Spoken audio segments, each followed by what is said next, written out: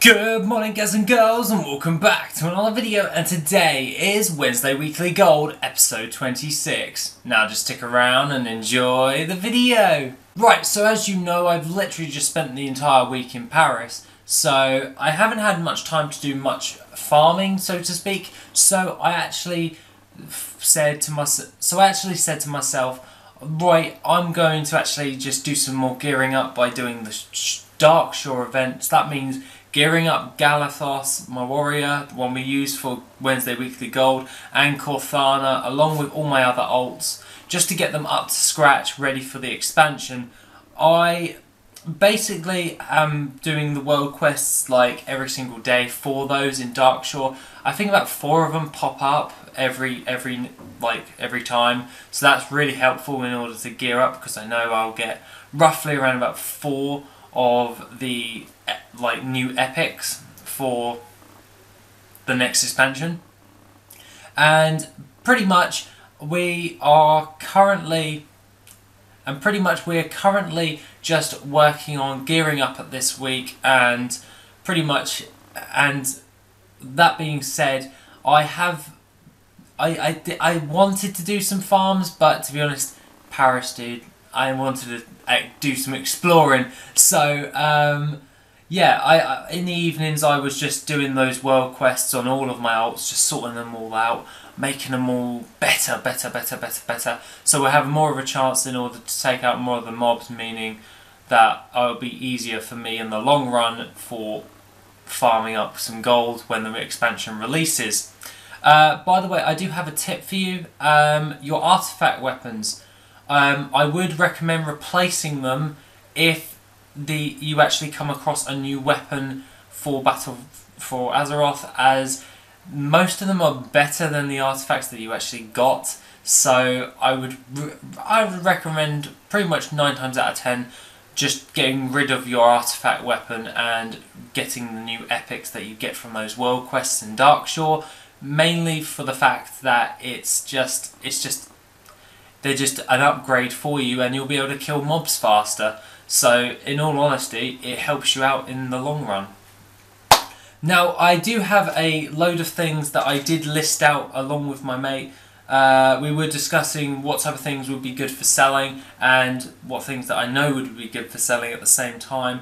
And these are the things that I would recommend just stocking up on and selling like about a week before the expansion releases. But mainly for the fact of people will be buying them in droves, like stacks of 10, 20, all that jazz, mainly for the fact that these items they're relatively useful when an expansion releases, as the mobs are a lot harder to kill and you have to navigate through different terrain. So that being the case, we're going to start on the top of our list of this one is the Goblin Glider. Is pretty much it's one of those ones that everyone is going to be buying. So if you've got an engineer, they're relatively easy to make. You can make them for a gold to a couple of gold, especially if you've got your garrison set up. So if you look for my garrison video, it's really easy to set up your garrison and you'll be able to just make a load of Goblin Gliders. It won't take you that long to even make those, and then put them on the auction house, as they will rise in price as the demand for them will go up when we get to the expansion release. Another one from the garrison is the Drums of War, and this can be crafted by a leather worker, and that one's from Warlords of Draenor. And these ones, the Drums of War gives you a haste boost, kind of like a Bloodlust. It's a lot weaker than the Drums of the Mountain and all that jazz, but they're even more easier to produce, so that's why people would go for those, because they're a lot less in price and they're easier to produce in general. So that being the case, Drums of War, they'll be being bought for this expansion, as well as the haste bonus will help them in leveling. This is why the demand will go up for those as well. Along with that, I would recommend investing in potions for especially the Legion potions, obviously, but the ones for Legion I would recommend is the Mana, Health, bog standard, very much bog standard. And also the speed potions, because some people like to use the speed boosts to actually get to places faster or run away or all that jazz, along with the invisibility potions. But I would recommend using the WoD one as it's just a lot easier to craft more than anything. And to be honest, an invisibility potion is an invisibility potion nonetheless. Along with that, you are going to be wanting to invest in water walking and water breathing. If you're not an undead, then obviously you're going to be wanting to breathe underwater. Obviously, this is surrounded by water, so you're going to be jumping in the water, and you want to stay down there in a relatively good fashion when you're getting into fights and all that jazz, and not have to worry about your breathing bar to go too far down. If you are a druid as well, you won't need you really won't need your water breathing unless you're having like a really extended fight.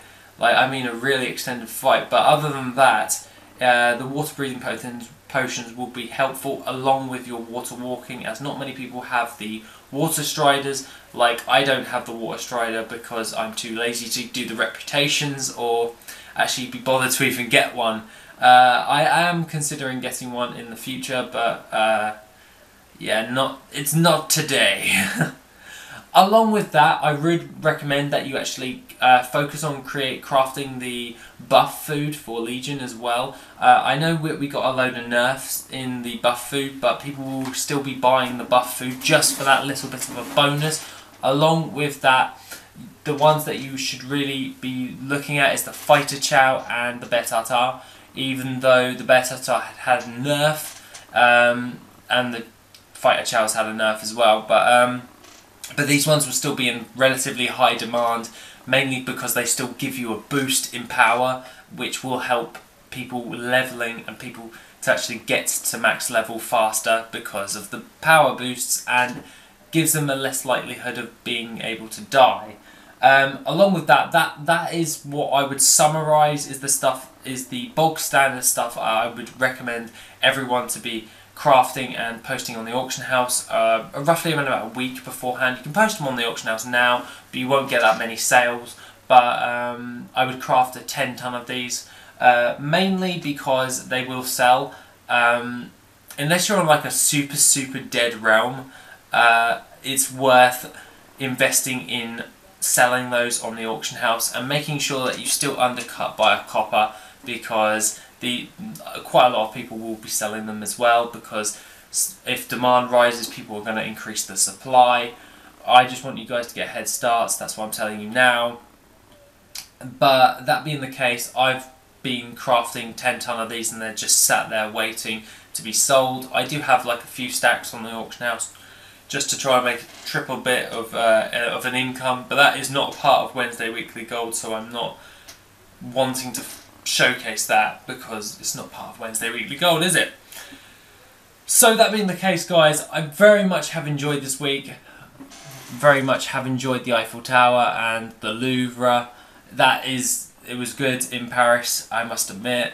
It was nice to actually have a bit of a break because I have been knackering myself just working non-stop, so I'm very much feeling refreshed, and that being the case, that is Wednesday Weekly Gold for this week. Now, I hope you like this video, guys, and if you want to see more like this, please feel free to give this video a like, and as always, have an awesome day, guys. Bye bye.